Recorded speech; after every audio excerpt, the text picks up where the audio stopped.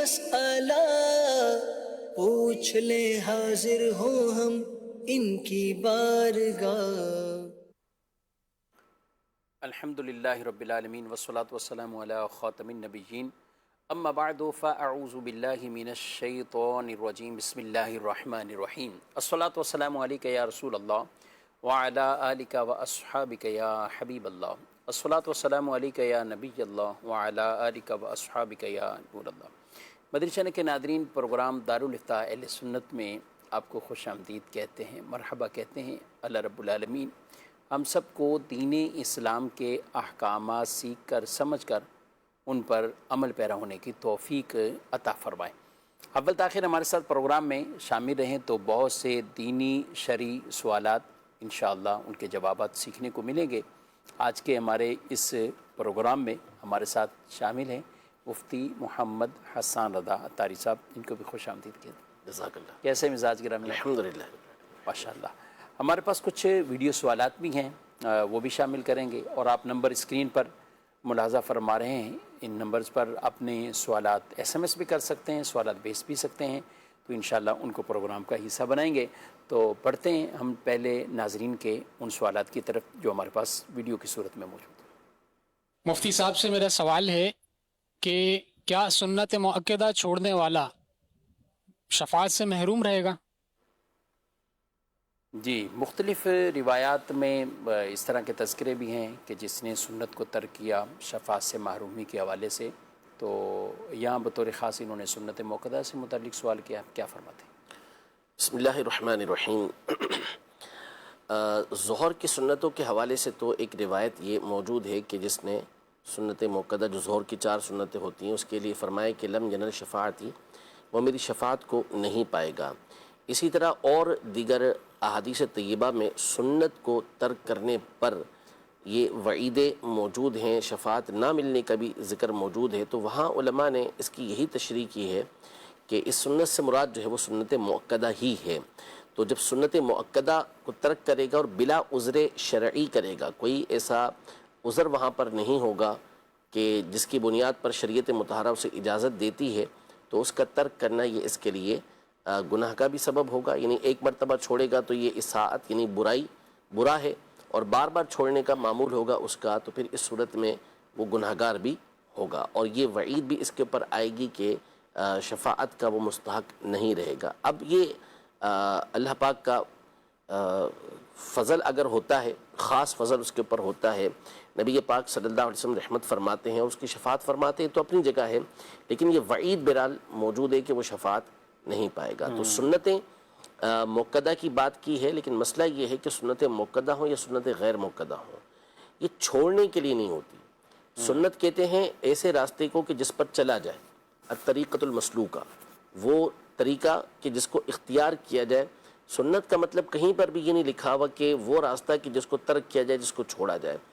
تو سنت کا ہمارے یہاں پر معاملہ یہ ہو گیا کہ لوگ جو ہے وہ سنت کو یوں سمجھتے ہیں کہ اسے نہ کریں تو کوئی حرج نہیں ہے، فرض و واجب تو ہیں، حالانکہ سنت اس لیے تھوڑی نبی پاک صلی اللہ علیہ وسلم نے عمل فرمایا تھا، لقد کان لکم فی رسول اللہ اسوۃ حسنہ، تمہارے لیے رسول اللہ صلی اللہ علیہ وسلم کی زندگی میں بہترین نمونہ یہ موجود ہے۔ تو جب نبی پاک صلی اللہ تعالیٰ علیہ وآلہ وسلم نے وہ کام کیا ہے تو پھر ہمیں وہ کام کرنا ہے، نہ یہ کہ اس کام کو چھوڑنا ہے۔ یہ ہمارے دور کی ایک یوں کہہ لیں کہ ایک خرابیوں میں سے خرابی ہے کہ عمومی طور پر ہمارے یہاں جو عبادات ہیں اس طرح کی سنت موقدہ یا سنت غیر موقدہ ہیں ان سے دور کرنے کی یہ بھرپور کوشش کی جاتی ہے فرض واجب کی طرف، اور اس میں بھی پھر طرح طرح کی گفتگو، مختلف قسم کے افراد مختلف قسم کی باتیں کرتے ہیں۔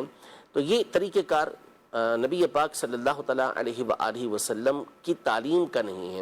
حضور پاک صلی اللہ علیہ وسلم نے فضائل کیوں بیان کیے سنتوں کی؟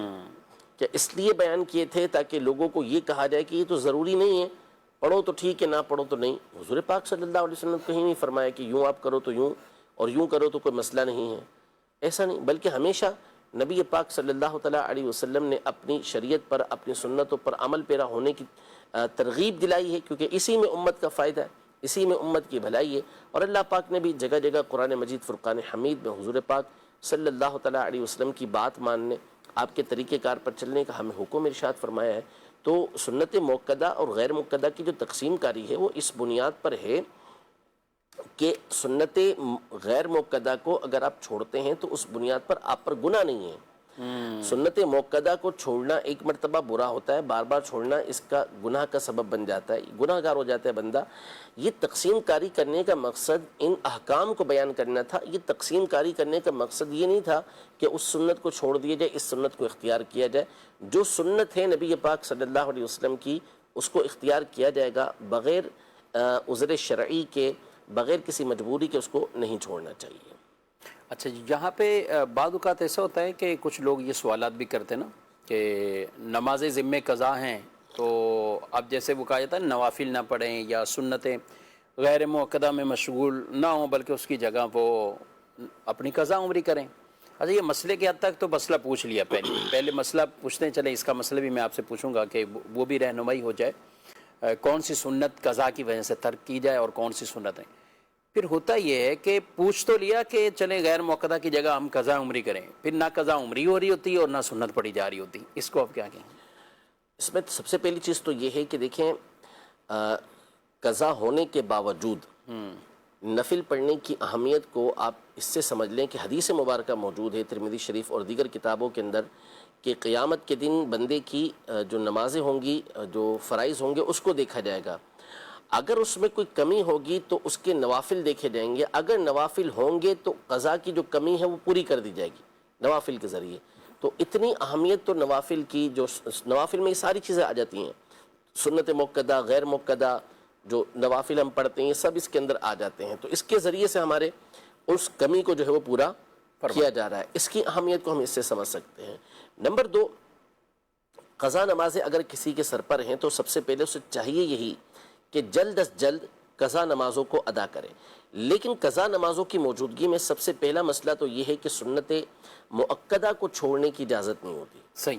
یعنی کوئی زور سے پہلے کی 4 سنتیں چھوڑ دے، مغرب کے بعد کی 2 سنتیں چھوڑ دے، فجر سے پہلے کی 2 سنتیں چھوڑ دے، عشاء کے بعد کی 2 سنتیں چھوڑ دے، اس کی اجازت نہیں ہوتی. اسے تو پڑھنا ہی پڑھنا ہے.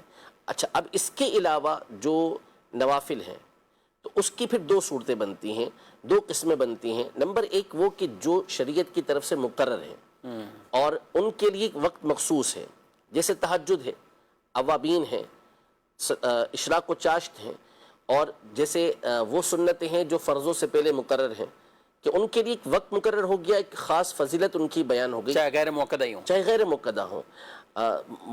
موقدہ تو چھوڑ ہی نہیں سکتے نا، جی ہاں. غیر موقدہ کی ہی بات ہو رہی ہے. تو ایک وقت مخصوص فضیلت اس کی موجود ہے، اور اگر یہ وقت نکل گیا تو اب اسے نہیں پڑھا جا سکے گا.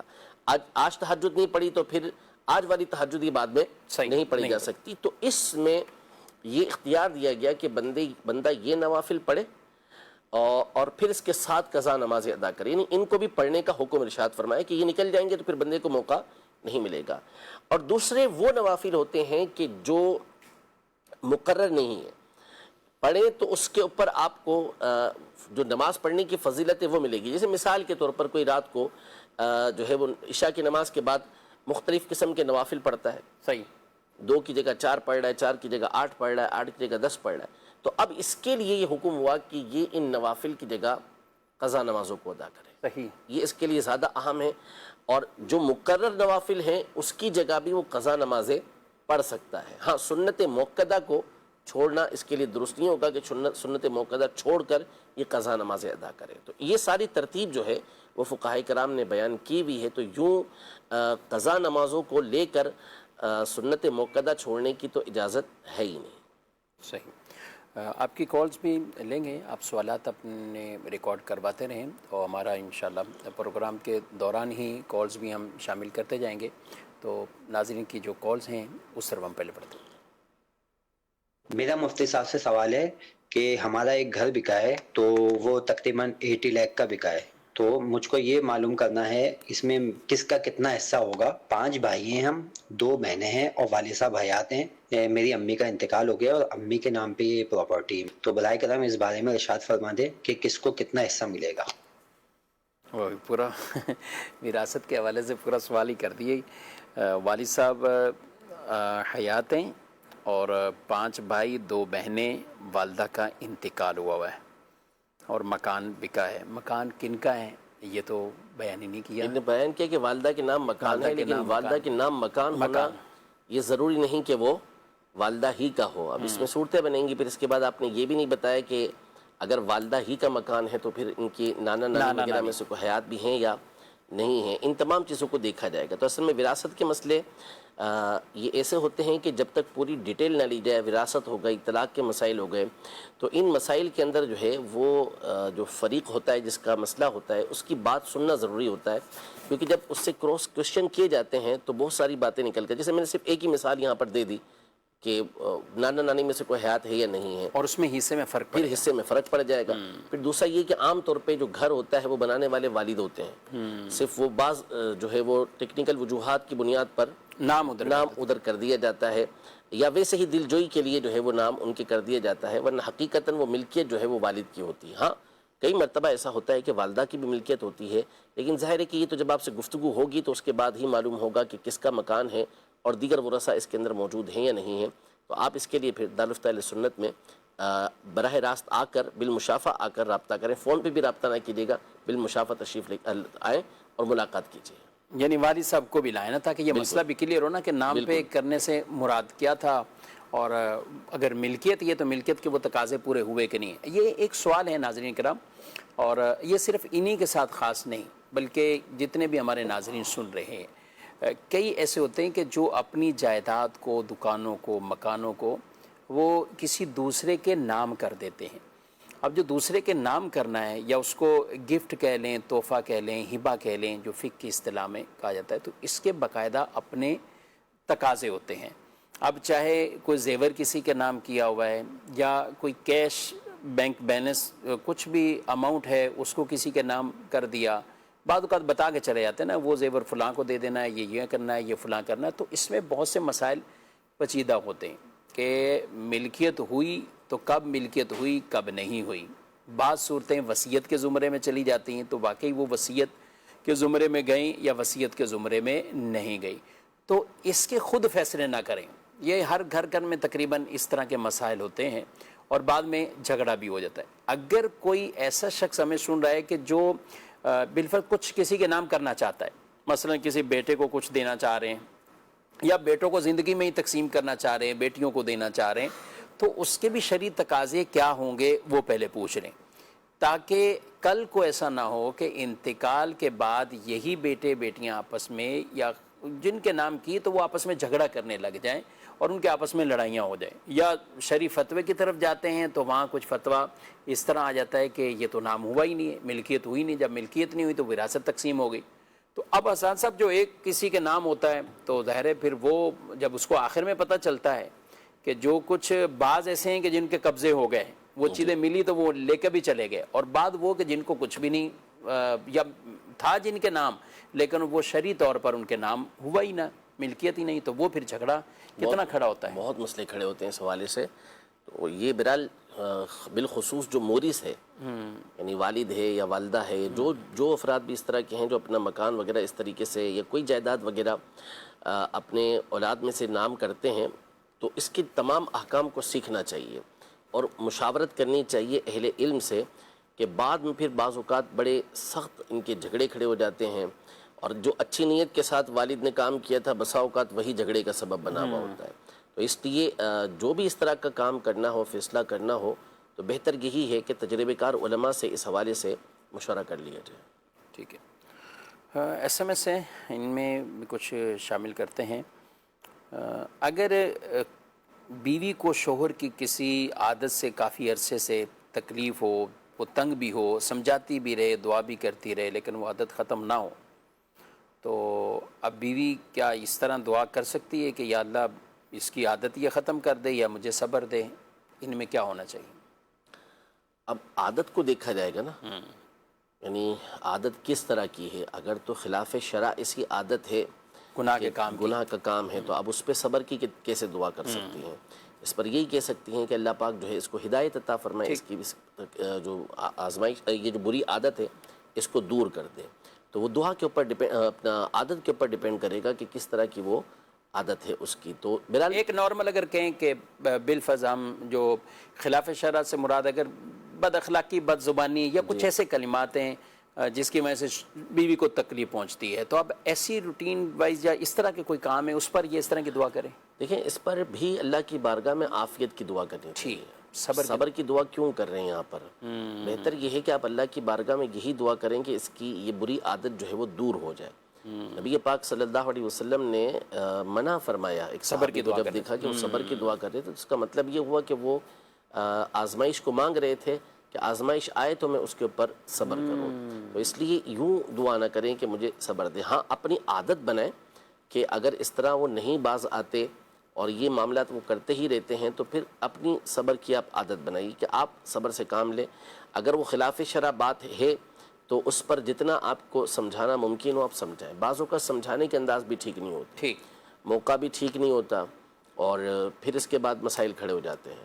تو موقع بحال ہونا چاہیے، موڈ دیکھنا چاہیے، اور پھر اس کے بعد سمجھانے کا انداز اچھا ہونا چاہیے. چڑچڑے پن کے ساتھ، بیزاری کے ساتھ اور جھڑک کر، اور پھر اس کو بعض اوقات تو اس میں یہ ہوتا ہے کہ ایسے موقع پر وعیدیں سنا دی جاتی ہیں. اب وعیدیں اس کو جب سناتے ہیں نا تو پھر نعوذ باللہ اس میں اور خطرے کھڑے ہو جاتے ہیں کہ وہ ماننے کو تیار نہیں ہوتا ایسے موقع پر. تو اس لیے پوری حکمت عملی کے ساتھ اسے موقع محل دیکھ کر اچھے الفاظ میں سمجھانے کی کوشش کریں گے تو انشاءاللہ وذکر فإن الذکر تنفع المؤمنین. یہ اللہ پاک کا فرمان ہے کہ سمجھاؤ، کہ سمجھانا مومنوں کو فائدہ دیتا ہے. لیکن یہ نہیں کہ آپ یہ شوہر ہو یا بچے ہوں یا بیوی ہو، ہمہ وقت سمجھانا یہ نقصان کا سبب ہو. ہر وقت اس عادت کے اوپر ٹوکنا تو اس سے وہ جو بھی ہوتا ہے، بچہ ہے تو ڈھیٹ ہو جائے گا، وہ جو بڑا ہے وہ بھی اس عادت پر پختہ ہو جائے گا. وہ پھر آپ کی بات کو سننے کو تیار نہیں ہوگا، وہ یہی کہے گا کہ یہ بولتا رہتا ہے، یہ بولتی رہتی ہے. تو اس لیے جو ہے ہمہ وقت نہ سمجھائیں، اور ایسا ہو گیا ہے تو ایک عرصے کے لیے چھوڑ دیں. جب آپ کی بات مان ہی نہیں رہے، آپ نے حجت کو پورا کر لیا ہے، اب جب ایسا موقع محل دیکھیں کہ یہاں پر بات اثر کر سکتی ہے تو پھر اس وقت سمجھانے کی کوشش کریں. ٹھیک، مزید سوال. میرا مفتی صاحب کی بارگاہ میں یہ سوال ہے کہ کیا چٹکی بجانا، تالی بجانا گناہ ہے؟ اگر گناہ ہے تو اس کی کیا وجہ ہے؟ ٹھیک، مزید. حضور میرا سوال ہے کہ نیک بندوں کی عبادت والی جگہ کو زیارت گاہ بنانا کیسا؟ ٹھیک ہے جی. چٹکیاں اور تالیاں، چٹکی بجانے میں تو حرج نہیں ہے، بلکہ یہ تو ایک حدیث سے ثابت بھی ہے چٹکی بجانے کا. مشکات شریف کے اندر اس کا تذکرہ بھی موجود ہے. چٹکی تو بجائی جا سکتی ہے جو چٹکی بجاتے ہیں. البتہ تالیاں بجانا یہ عام طور پہ لہو و لعب کے طور پر ہوتا ہے، یعنی یہ کھیل کود کے طور پر ہوتا ہے، اور عمومی طور پر فساق کے مجمع کے اندر یہ معاملات ہو رہے ہوتے ہیں، یا جو اچھی جگہ پر بھی اگر ہو رہے ہوتے ہیں تو یہ ایسے انداز میں ہوتے ہیں کہ جس کو لہو و لعب کہا جاتا ہے، یعنی کھیل کود والا انداز کہا جاتا ہے. تو اس لیے جو مروجہ انداز ہے اس میں تو یہ تالیاں بجانے کی اجازت سرے سے بالاتفاق نہیں ہے. ہاں چٹکی آپ بجا سکتے ہیں، لیکن چٹکی بھی پھر آپ اگر میوزک والے انداز میں کوئی ایسی دھن بنا رہے ہیں اس کے اندر اور ایک ترتیب کے ساتھ اسے آپ میوزیکل انداز کے اندر کر رہے ہیں تو پھر اس کی بھی اجازت نہیں ہوگی. ضرورتاً کوئی ایسا ہے. ہاں وہ ٹھیک ہے. اب اس میں بھی اگر کوئی ٹیکنیک نکال لیتا ہے اور ایسے بجاتا ہے بار بار اس انداز میں کہ جس سے کوئی ردھم پیدا ہوتا ہے، طرز پیدا ہوتی ہے، تو پھر اس کی اجازت نہیں دی جائے گی. ٹھیک ہے. اچھا ایک سوال ہے کہ عمرہ کرنے کے حوالے سے کہ بعض اوقات اس طرح کی کچھ ویڈیوز بھی سوشل میڈیا پہ وہ آ جاتی ہیں اور لوگوں کو ایک طرح کا ایک عجیب ہی ذہن دینے کی کوشش کی جاتی ہے کہ نبی پاک صلی اللہ علیہ وسلم نے تو عمرے 4 ہی کی ہیں پوری زندگی میں، تو لوگ کیوں زیادہ عمرے کریں؟ یا ایک سفر میں جائیں تو بعض اوقات ہر دوسرے دن عمرہ کر رہے ہوتے ہیں، تو ایک سفر میں ایک ہی عمرہ ہونا چاہیے، متعدد عمرے نہیں ہونے چاہیے. اور اس پہ وہ یہی چیزیں سارے منطبق کر گئے کہ نبی پاک صلی اللہ علیہ وسلم نے ایسا نہیں فرمایا یا ایسے عمرے نہیں کیے. کیا کہتے ہیں آپ اس میں؟ دیکھیں سب سے پہلی چیز تو یہ ہے کہ عمرہ ایک نیکی ہے، ٹھیک، بھلائی ہے. تو اب اس سے بلا ضرورت روکنا یہ تو نیکی اور بھلائی سے روکنا ہوگا. نمبر 1 بات یہ. نمبر 2 بات یہ کہ یہ جو دلیل دی جاتی ہے، ہمیں انشاءاللہ دلیل بھی میرے ذہن میں عرض کرتا ہوں کہ کثیر عمرہ کرنے پر حدیث موجود، حدیث کے ذریعے بھی اس کا استدلال موجود ہے. لیکن یہ جو دلیل ہے نا، یہ بات کہ نبی پاک صلی اللہ علیہ وسلم نے نہیں کیا تو یہ چیز اس کے ناجائز ہونے کی دلیل ہوگی. یہ اصول نہیں ہے. ٹھیک. اصول یہ ہے کہ نبی پاک صلی اللہ تعالیٰ علیہ وآلہ وسلم نے اس سے منع کیا، وما آتاکم الرسول فخذوہ وما نہاکم عنہ فانتہوا، کہ جو تمہیں رسول دیں وہ لے لو اور جس سے منع کریں اس سے رک جاؤ۔ تو اور خود نبی پاک صلی اللہ تعالیٰ علیہ وسلم نے ایک سے زائد حدیثوں کے اندر یہ ارشاد فرمایا کہ الحلال ما احل اللہ فی کتابی والحرام ما حرم اللہ فی کتابی وما سکت عنہ من غیر نسیان فہو عفو، کہ حلال وہ ہے جو اللہ نے اپنی کتاب کے اندر حلال کیا، حرام وہ ہے کہ جو اللہ نے اپنی کتاب کے اندر حرام کیا، اور بغیر بھولے جس چیز سے اللہ نے سکوت فرمایا، یعنی اس کے بارے میں بیان نہیں فرمایا، فرمایا وہ تمہارے لیے معاف ہے۔ تو اول تو یہ کوئی دلیل نہیں۔ حافظ ابن حجر اسقلانی رحمۃ اللہ تعالی علیہ نے ایسے ہی ایک مقام پر یہ ارشاد فرمایا کہ بسا اوقات ایک چیز مستحب ہوتی ہے اور نبی پاک صلی اللہ تعالیٰ علیہ وآلہ وسلم امت کے مشقت میں پڑنے کی وجہ سے اس کو چھوڑ دیتے ہیں۔ اب مثال کے طور پر یہ کہا کہ 4 عمرے کی، اب 4 عمرے میں بھی پھر تفصیل ہے، حقیقی اعتبار سے 2 عمرے کیے ہیں، صحیح، ٹھیک ہے، یعنی ایک عمرہ وہ کیا کہ جو آپ نے عمرۃ القضا تھا، صحیح، حدیبیہ میں روک دیا گیا وہ، اور دوسرا عمرہ آپ نے جو ہے وہ جعرانہ کے مقام سے کیا، طائف سے واپسی پر، ورنہ تیسرا عمرہ تو آپ نے یہ حج کے ساتھ کیا، حج قران والا، جی، اور چوتھا عمرہ جس کو کہتے ہیں کہ چوتھا عمرہ کیا، تو حقیقتاً وہ عمرہ مکمل نہیں ہوا ہی نہیں تھا، وہ تو صلح حدیبیہ کے موقع پر آپ علیہ الصلوۃ والسلام نے اس کو احرام اتار دیا تھا کیونکہ مشرکین نے آگے جانے سے روک دیا تھا۔ چلے بہرحال 4 ثواب العمرہ جسے کہا جاتا ہے کہ عمرے کا ثواب، چلے 4 عمرے بھی ہو گئے۔ تو اب مسئلہ یہ ہے کہ تراویح ساری دنیا کے اندر با جماعت یہ پورے رمضان پڑھی جاتی ہے، صحیح، ٹھیک ہے، حالانکہ نبی پاک صلی اللہ علیہ وسلم نے تو 3-4 دن پڑھی ہے جماعت سے، لیکن اس کے بعد جو ہے وہ آپ علیہ الصلوۃ والسلام نے پڑھی ہی نہیں، لیکن ساری دنیا کے اندر اسے با جماعت پڑھا جا رہا ہے کیونکہ حضرت عمر رضی اللہ تعالی عنہ نے اس کو رائج کیا۔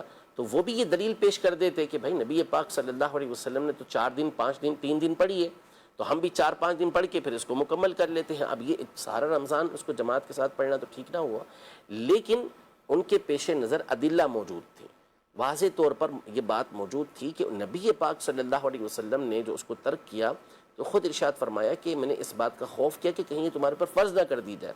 تو آپ علیہ الصلوۃ والسلام بعض اوقات مستحب عمل کو اس لیے ترک فرماتے تھے کہ اگر آپ اس کو مسلسل کریں تو کہیں امت پر وہ فرض نہ کر دیا جائے۔ تو یہ کوئی دلیل نہیں ہے کہ نبی پاک صلی اللہ علیہ وسلم نے اتنی مرتبہ کیا یا سرے سے کیا ہی نہیں تو اب یہ کام کرنا جو ہے وہ ناجائز و حرام ہو جائے۔ ہاں، حضور پاک صلی اللہ تعالیٰ علیہ وآلہ وسلم جس بات سے منع فرمائے اسے کرنے کی پھر اجازت کسی صورت بھی نہیں ہو سکتی۔ پھر اس کے علاوہ ہم دیکھیں تو نبی پاک صلی اللہ علیہ وسلم کی حدیث مبارکہ جو صحیح بخاری شریف کے اندر موجود ہے، آپ علیہ الصلوۃ والسلام نے فرمایا کہ العمرۃ الی العمرۃ کفارۃ لما بینہما، کہ ایک عمرے سے دوسرے عمرے تک کے درمیان کا جو وقت ہے اس میں جو گناہ یعنی گناہ صغیرہ ہوتے ہیں، ایک عمرے سے دوسرا عمرہ کرنا یہ اس کو مٹا دیتا ہے۔ صحیح۔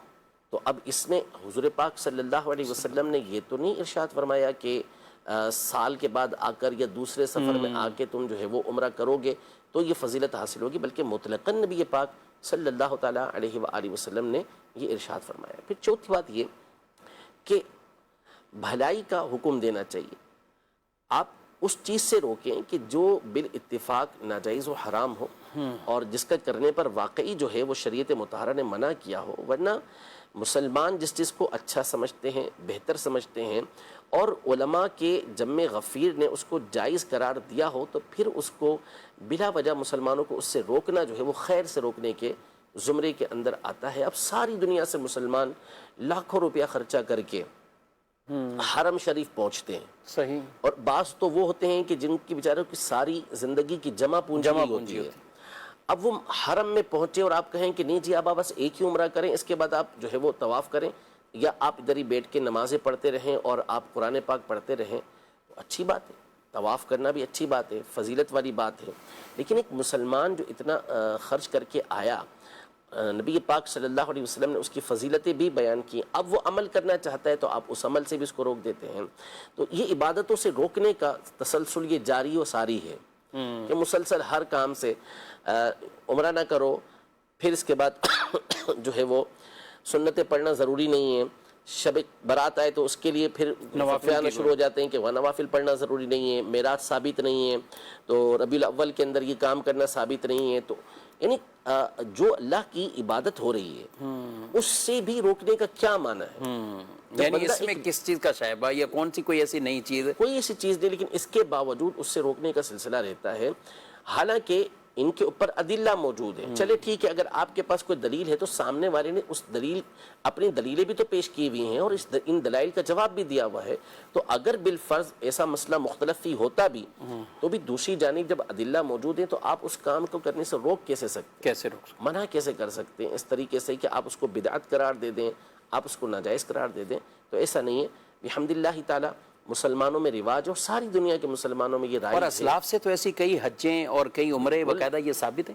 ظاہر ہے. امام اعظم ابو حنیفہ رحمۃ اللہ 55 حج کیے جی. انہوں نے. اور یہ بھی ہے، یہ بھی موجود ہے کہ بعض جو صحابہ جیسے انس بن مالک رضی اللہ تعالیٰ عنہ وغیرہ کے واقعات یہ شروع حدیث کے اندر موجود ہیں کہ وہ لوگ مکے آتے تھے اور بال جیسے ہی بڑھتے اس کو عمرہ کر کے بال دوبارہ کم کروا لیتے تھے. یعنی بال تو کم کروانے تو پورے مناسک وہ عمرے کے ادا کر رہے ہیں. یہ عمرے پر عمرے کیا کرتے تھے. تو یہ تو حضور پاک صلی اللہ علیہ وسلم کی تعلیمات ہیں. اور نبی پاک صلی اللہ علیہ وسلم کا 4، 3 یا 2 عمرے کرنا یہ اس بات پر کوئی یہ آپ علیہ السلام کی تعلیم نہیں ہے اور یہ کوئی اصول کی بات نہیں ہے. اصول فقہ میں کہیں بھی آپ کو یہ نہیں ملے گا کہ حضور پاک صلی اللہ علیہ وسلم کا کسی کام کو نہ کرنا یہ اس کے عدم جواز کی دلیل ہو. آپ کا منع کرنا یہ اس کے ناجائز ہونے کی دلیل بنتا ہے. ماشاءاللہ بہت آسان انداز سے آپ نے اس کی تفہیم کی. اور ناظرین کرام اس طرح کی سوشل میڈیا پہ کچھ باتیں چل بھی جائیں تو اب ضروری نہیں کہ سنیں کیوں. میرے علیہ سنت دامت برکاتہم العالیہ تو کئی مرتبہ اس کی تربیت فرماتے رہتے ہیں کہ ہمیں ادھر ادھر کی سننی نہیں چاہیے. جو دین کی تعلیم الحمدللہ مدنی چینل کے ذریعے علماء اہل سنت علماء حق جو بیان کرتے ہیں ہمیں ہمیشہ اسی پر ہی رہنا چاہیے. مزید کچھ سوالات آپ کے شامل کرتے ہیں. میرا مفتی صاحب سے سوال یہ ہے کہ کیا بچوں کو گناہوں والے کارٹون دکھانے پر کیا والدین گناہ گار ہوں گے؟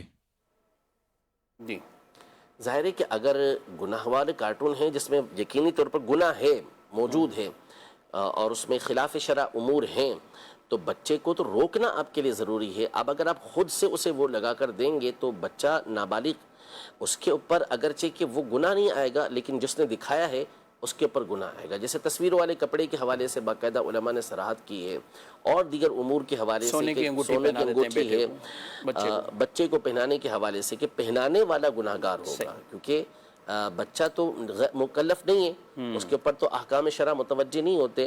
تو لہذا جس نے پہنایا ہے، جس نے اس سے گناہ کا کام کروایا ہے وہ گناہ گار ہوگا. ٹھیک ہے. سونے کی انگوٹھی لڑکوں کے حوالے سے ڈائریکٹر صاحب سمجھ رہے کہ بیٹی کو تو پہنا سکتے ہیں تو بیٹی کو کیا ممانعت ہے؟ بچی کو پہنائیں، سونے کی انگوٹھی پہنائیں، سونے کا ہار پہنائیں.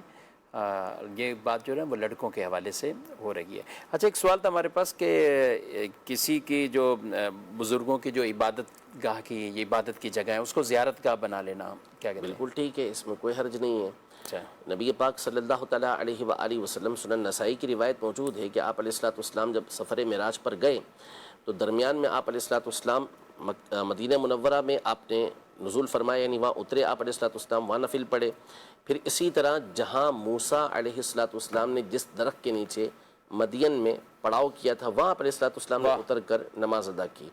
پھر اسی طرح عیسیٰ علیہ السلام کی ولادت گاہ وہاں اتر کر آپ علیہ السلام نے نماز ادا کی. تو یہ سارے علماء نے فرمایا اس کے تحت یہ ارشاد فرمایا کہ جہاں مقدس ہستیوں کا قیام رہا ہو تو اس مقام پر نفل ادا کرنا تو خود نبی پاک صلی اللہ علیہ وسلم کی یہ دلیل ہوئی. پھر اس کے علاوہ صحیح بخاری شریف کے اندر ایک طویل حدیث امام بخاری لے کر آئے حضرت عبداللہ ابن عمر رضی اللہ تعالی عنہما کی کہ جس میں آپ جب سفر اختیار کرتے تو اس راستے سے آپ سفر اختیار کرتے مدینہ منورہ سے مکہ مکرمہ کی طرف اور مکہ مکرمہ سے مدینہ منورہ کی طرف جو ربیع پاک صلی اللہ علیہ وسلم نے جہاں سے سفر اختیار کیا تھا.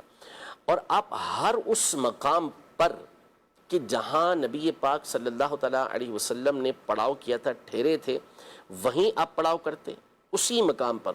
اور پھر اس کے بعد جہاں آپ علیہ السلام نے نماز پڑھی تھی وہیں نماز پڑھ. کمال ہے، سبحان اللہ. بلکہ صحیح بخاری شریف کے اندر یہ حدیث پاک موجود ہے کہ عبداللہ ابن عمر رضی اللہ تعالی عنہما جب مکہ مکرمہ آتے, کعبے کے اندر داخل ہوتے, تو آپ نے حضرت بلال رضی اللہ عنہ سے پوچھا تھا کہ حضور پاک صلی اللہ علیہ وسلم نے کہاں نماز ادا کی تھی. تو حضرت بلال نے بتایا کعبے کے اندر جو کعبے کے اندر کہاں نماز ادا کی تھی, کیونکہ حضرت ابن عمر رضی اللہ تعالیٰ عنہما اندر داخل نہیں ہو سکے تھے. جس وقت حضور پاک صلی اللہ علیہ وسلم گئے تھے تو اندر حضرت بلال, حضرت جو ہے فضل بن عباس, حضرت اسامہ بن زید رضی اللہ تعالیٰ عنہ اور حضرت عثمان بن طلحہ, یہ حضرات داخل ہوئے تھے. اس کے بعد کعبے کا دروازہ بند ہو گیا تھا. تو حضرت بلال سے پوچھا تھا ابن عمر رضی اللہ تعالیٰ عنہما نے کہ کہاں نبی پاک صلی اللہ علیہ وسلم نے نماز پڑھی. تو انہوں نے بتایا کہ آگے کی طرف جا کے جو بائیں طرف جو تھی ان دو ستونوں کے درمیان آپ علیہ الصلوۃ والسلام نے نفل ادا کیے تھے. تو ابن عمر رضی اللہ تعالیٰ عنہما, یہ صحیح بخاری شریف کے اندر موجود ہے کہ جب بھی کعبے میں داخل ہوتے تو سیم اسی جگہ پر آ کے نماز پڑھتے, اور فرماتے کہ کعبے کے کسی بھی مقام پر چاہیں نماز پڑھ سکتے ہیں. اندر داخل ہو گئے تو کسی بھی جگہ پہ نماز پڑھ سکتے ہیں, لیکن میں ادھر ہی پڑھتا.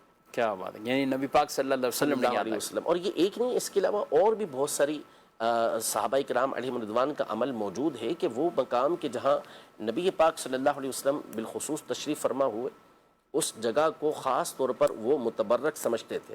حضرت عثمان بن مالک رضی اللہ تعالیٰ عنہ بارگاہ رسالت میں حاضر ہوئے اور حاضروں کے عرض کی کہ میری آنکھیں کمزور ہو گئی ہیں, میں لوگوں کو نماز پڑھاتا ہوں, درمیان میں نالا بہتا ہے, یعنی ندی بہتی ہے, چھوٹی نالا بہتا ہے, جس بارش آتی ہے تو پھر وہ پانی بڑھ جاتا ہے تو میں پہنچ نہیں پاتا. تو میں چاہتا ہوں کہ آپ میرے گھر تشریف لائیں اور نماز ادا کریں. فَأَتَّخِذُهُ مُصَلَّى, اور میں اس جگہ کو نماز پڑھنے کی جگہ بنا لوں. حضور پاک صلی اللہ علیہ وسلم نے نہیں فرمایا کہ یہ کیا کر رہے ہو, نماز تو کسی بھی جگہ پڑھ سکتے ہو. فرمائے سأفعل انشاءاللہ, میں ضرور ایسا کروں گا انشاءاللہ. پھر دوسرے دن نبی پاک صلی اللہ علیہ وسلم تشریف لے کر گئے. حضرت ابوبکر اور حضرت عمر رضی اللہ تعالیٰ عنہما ساتھ تھے, اور ان کے گھر میں پوچھا حضور پاک صلی اللہ علیہ وسلم داخل ہو کر کہ کہاں نماز پڑھو, کہاں پسند کرتے. پھر انہوں نے بتایا تو اس جگہ پہ جا کے نبی پاک صلی اللہ علیہ وسلم نے نماز ادا کی, اور اس کو پھر اتبان بن مالک رضی اللہ تعالیٰ عنہ نے اپنی نماز کی جگہ بنا لی. اسی طرح مقام ابراہیم کو لے لیں. مقام ابراہیم کیا ہے؟ حضرت ابراہیم علیہ السلام کے کھڑا ہونے کی جگہ تھی. اسی کو حضرت عمر رضی اللہ تعالیٰ عنہ نے بارگاہ رسالت میں عرض کی کہ یا رسول اللہ صلی اللہ تعالیٰ علیہ وآلہ وسلم, ہم ابراہیم علیہ السلام کا جو مقام ہے, کھڑے ہونے کی جگہ ہے, اس کو مصلی نہ بنا لیں. تو قرآن پاک کی آیت نازل ہو گئی وَاتَّخِذُوا مِن مَقَامِ إِبْرَاهِيمَ مُصَلًّى, ابراہیم علیہ السلام کے کھڑے ہونے کی جگہ کو مصلی بنا لو, نماز پڑھنے کی جگہ بنا لو. تو یوں جہاں بزرگان دین کے قدم رہ جائیں اس جگہ کو اللہ پاک برکت عطا فرماتا ہے. امام شمس الدین ذہبی رحمۃ اللہ تعالیٰ علیہ حدیث کے بڑے امام گزرے ہیں, فن رجال کے بہت بڑے امام گزرے ہیں. 748 سنہ ہجری میں وفات پائی ہے. سیر عالم النبلاء میں ایک واقعے کے تحت ارشاد فرماتے ہیں, حضرت معروف کرخی رحمۃ اللہ تعالیٰ علیہ کے مزار پر دعائیں قبول ہوتی تھیں. یہ تاریخ بغداد میں, اور بغداد والوں کا یہ معمول ذکر کیا گیا ہے کہ وہ وہاں جا کے دعائیں کرتے تھے. تو اس کی وجہ امام ذہبی یہ بیان فرماتے ہیں, اس لیے کہ اللہ کے نیک بندے جہاں پر ہوتے ہیں وہ اللہ کی رحمت نازل ہوتی ہے. اب وہاں دعا کریں گے تو دعا قبول ہوتی ہے. ہنالک دعا زکریا ربا, حضرت زکریا علیہ السلام نے بھی جب دیکھا کہ اللہ کی خاص رحمت نازل ہو رہی ہیں تو وہاں جا کے, حالانکہ مریم رضی اللہ تعالیٰ عنہ سے افضل ہیں, لیکن اس کے باوجود وہاں پہ جا کے دعا کریں. سبحان اللہ, سبحان اللہ. ناظرین کرام, آپ نے پروگرام ملاحظہ کیا ہے اور وقت تو اپنے اختتام کو ہے. بہت سے آپ کے سوالات ایسے رہ بھی جاتے ہیں جو ظاہر ہے آپ بھی سیکھنا چاہتے ہیں, سمجھنا چاہتے ہیں, تو دعوت اہل سنت کا یہ نمبر اپنے پاس ضرور رکھیں, اور اس نمبر پر آپ وہ سوالات ہمیں بھیج سکتے ہیں. اس نمبر پر ڈائریکٹ آپ سوالات کر کے ان کے جوابات حاصل کر سکتے ہیں. پروگرام دیکھا کریں انشاءاللہ. جو آپ کی کالز رہ بھی جاتی ہیں, ہماری کوشش ہوتی ہے کہ آئندہ پروگرام میں سب سے پہلے ان کالز کو شامل بھی کریں اور ان کی رہنمائی بھی آپ تک پہنچائیں. اللہ پاک ہم سب کو عقائد اہل سنت پر استقامت عطا فرمائے, اور جو بھی دینی معاملات ہیں سیکھ سمجھ کر اسی طرح ہمیں ان پر عمل پیرا ہونے کی سعادت عطا فرمائے. آمین بجاہ النبی الامین صلی اللہ علیہ وآلہ وسلم. ہادی و رہنما ہمارے علماء, ہو کبھی درپیش جو کوئی مسئلہ, پوچھ لیں حاضر ہوں ہم ان کی بارگاہ.